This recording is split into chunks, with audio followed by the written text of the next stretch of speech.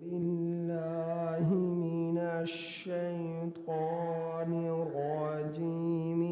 بسم الله الرحمن الرحيم.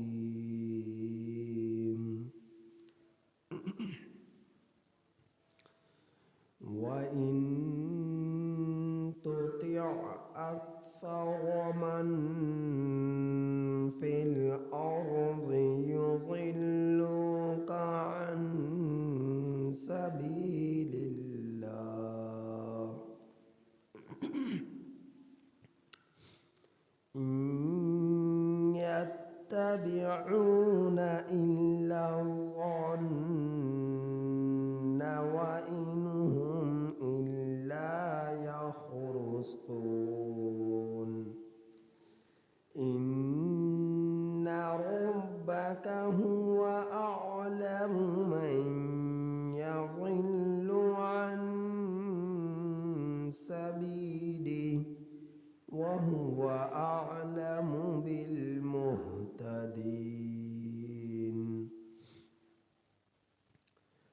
یہ سورۃ الانعام کی آیت نمبر 116 تا 117 آپ حضرات کے سامنے تلاوت ہو۔ ان آیات کریمہ کا ترجمہ یہ ہے: وَإِن تُطِعْ، اور اگر آپ اطاعت کریں گے،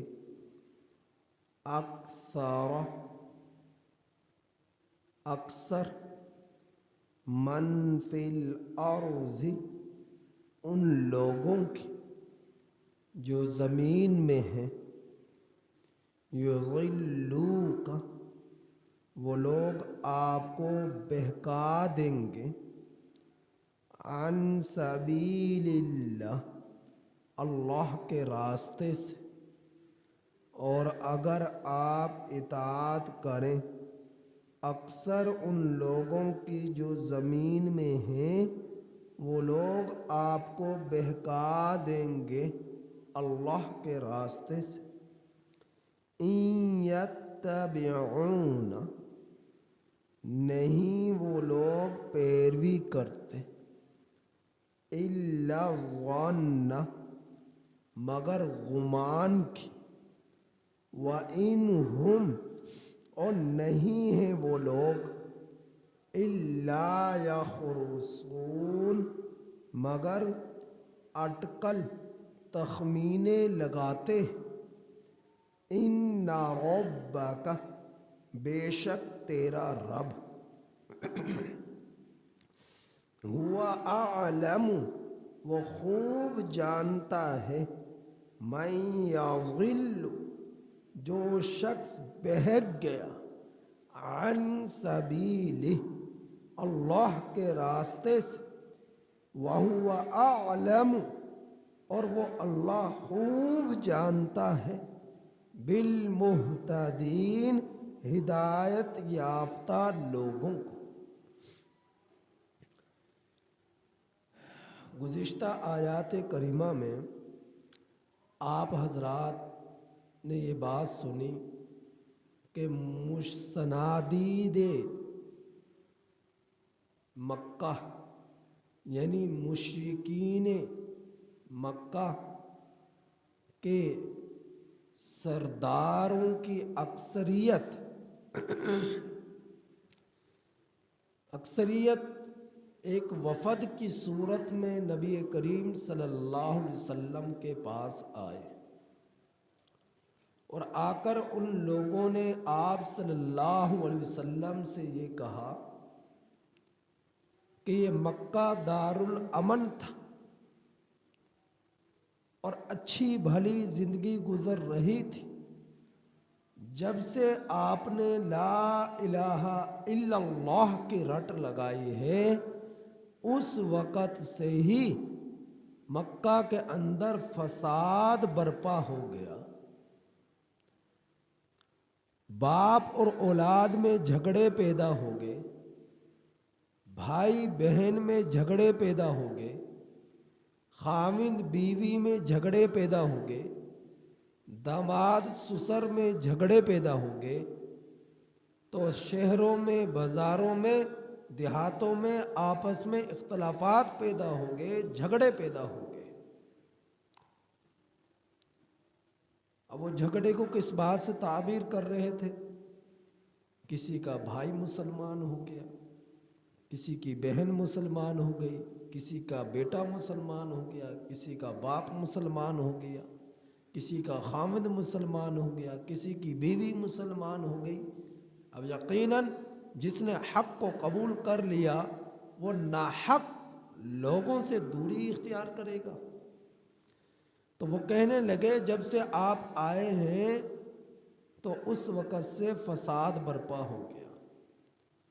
تو ہم لوگ ایک ثالث بنا لیتے ہیں، اگر وہ ثالث ہمارے عقائد کو درست قرار دے دے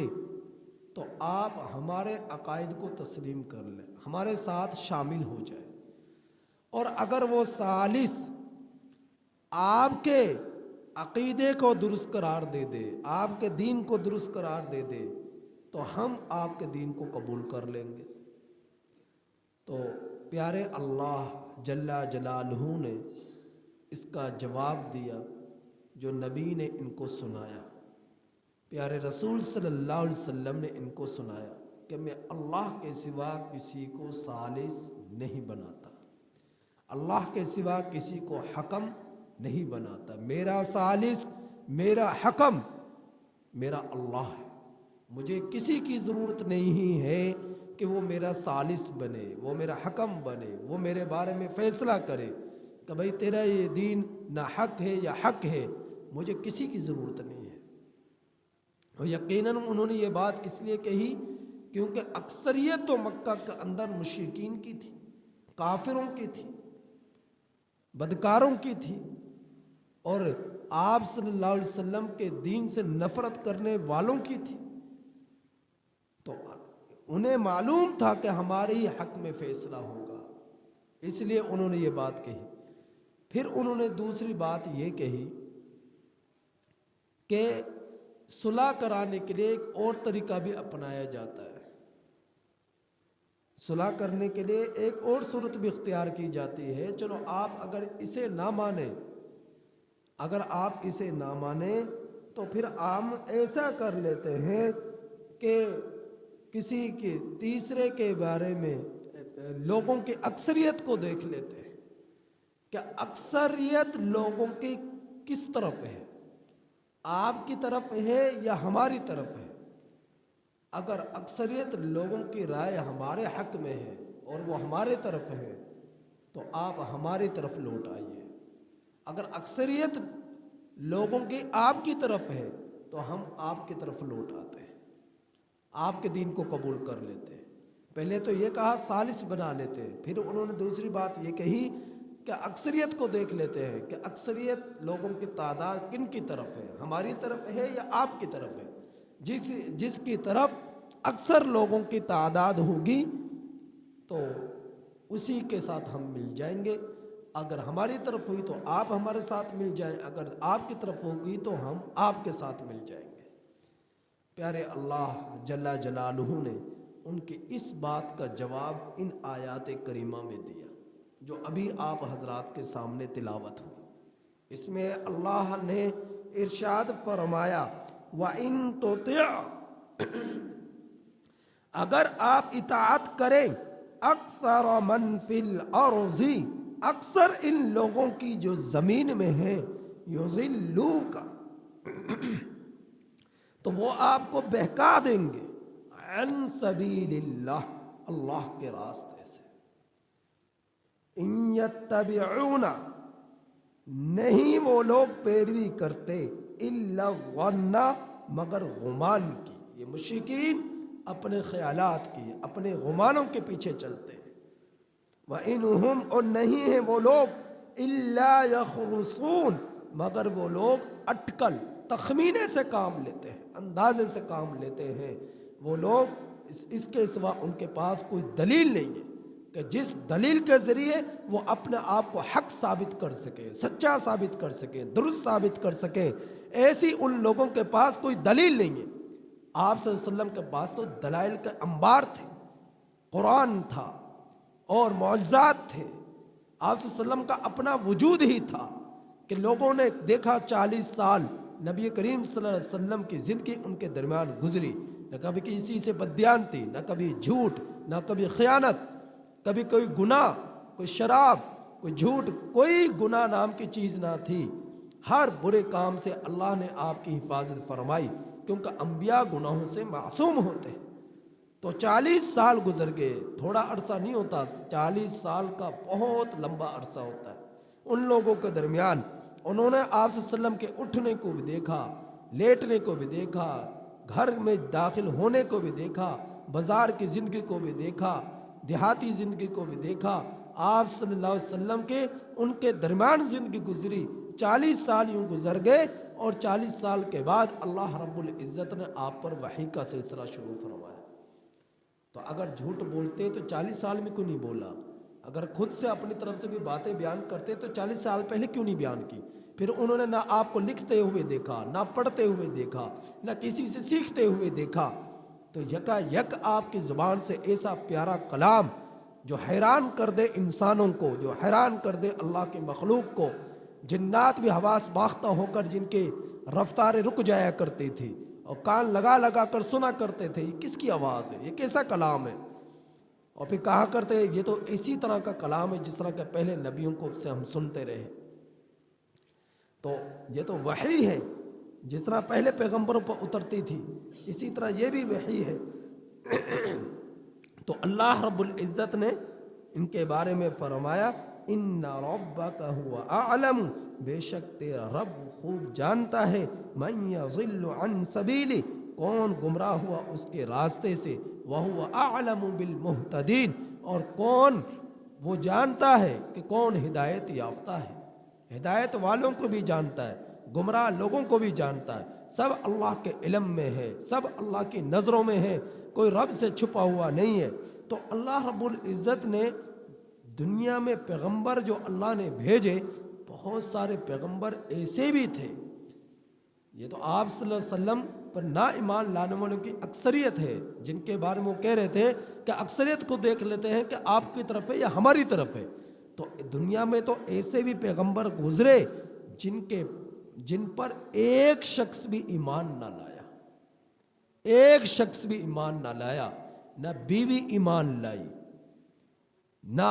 بیٹا ایمان لایا، نہ بیٹی ایمان لائی، نہ چچا ایمان لایا، نہ پھپھی ایمان لائی، خاندان کا کوئی فرد نہیں، نہ اپنا نہ پرایا، کوئی ایمان نہیں لایا۔ ایسے بھی پیغمبر آئے،